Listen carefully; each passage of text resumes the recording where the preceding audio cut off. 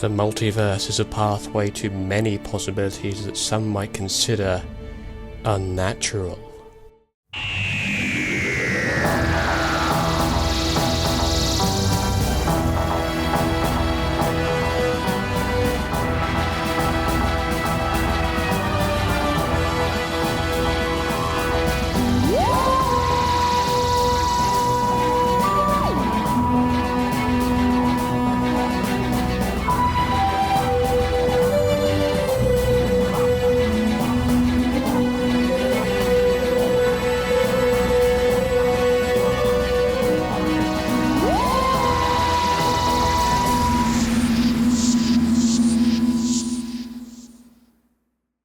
So, in previous videos of this series, I've talked about how one of the most important events in the narrative of the Doctor Who universe was the Time War, which saw the Daleks and the Time Lords doing battle for all of creation, the effect still being felt somewhat even in the show's present day, more or less.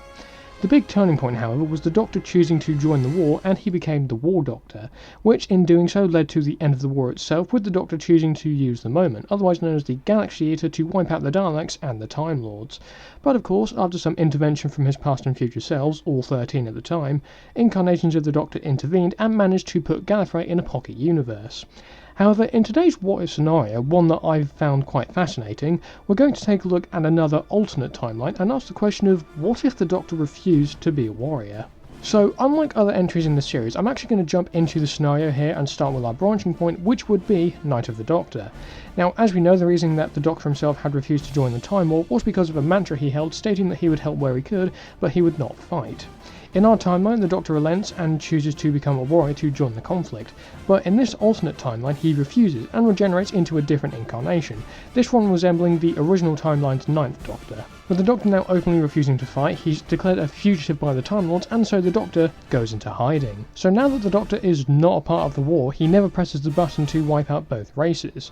As a result, the Daleks and the Time Lords would keep on fighting. Now, we would then move further into the conflict, as the Daleks decide to take advantage of the Doctor being a fugitive. They arrive on Earth and begin killing most of humanity. Essentially think of it like their attack during the Series 4 finale for a comparison of scale here. Reluctantly, the Doctor, now travelling with Rose, Jack and Mickey a bit earlier in this timeline, managed to pull the Time War's reach away from Earth, after the Daleks attacked Earth, managing to kill an eighth of humanity. After pulling the conflict away from the planet, the Doctor continues to travel now with Mickey, Rose and Jack as they go on a number of adventures during this time. These adventures in this alternate timeline would include the events of Aliens of London, The Long Game, Tooth and Claw, School Reunion, as well as crossing into Peach World, encountering John Lumic and the Cybermen.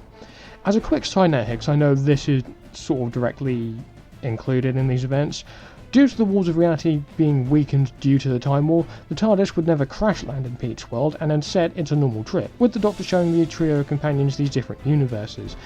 Now, despite certain adventures being moved around in this timeline, Torchwood would still be assembled by Queen Victoria following the werewolf incident in Tooth and Claw, and that would bring us to present day events with what eventually becomes the Time War's final battle, with the events at Canary Wharf. Due to the Time War essentially weakening the walls of reality, the Cybermen are able to pass through to the main N-Space world with relative ease, and through some exposition side with the Time Lords in the fight against the Daleks. Learning that the Doctor has returned to Earth, the Daleks soon arrive and war breaks out. Whilst the Cybermen and the Daleks themselves continue to fight, the Doctor eventually comes up with the same plan from the original timeline, to send the Cybermen and the Daleks into the void and seal off any method of parallel universe travel. With Mickey, Jack and Rose all still present, the Doctor reluctantly sends Mickey and Jack to Peach World alongside Jackie, whilst he and Rose use the Ghost Shift tech to send the remaining Daleks and Cybermen back into the void. And the plan actually does work, though Rose would unfortunately still end up in Peach World as per the original timeline. The walls of reality are now closed off, and with the Daleks now trapped inside the void, this effectively ends the Time War, and Gallifrey would now still be standing. Though not before a stray Cyberman manages to shoot the Doctor, which would trigger a regeneration, giving us 10. After this, we would of course see the heartbreaking goodbye on Bad Wolf Bay, but now Jack is on the beach alongside Jackie, Pete, Mickey and Rose. Following this, we would then go into the events of the Runaway Bride, which I think would go as they did, except now this would be the 10th Doctor's first full story, and we would move to the events of Series 3 with Ten and Martha. Adventures like Smith and Jones, the Shakespeare Code and the Family of Blood story would still happen, though with Jack now in Pete's world, this means that the Doctor and Martha never meet Professor Yana, and the Master never gets the opportunity to become Harold Saxon, nor does Richard Lazarus get the funding for his experiments. So from here, the Doctor and Martha would essentially continue to travel together, onwards and upwards.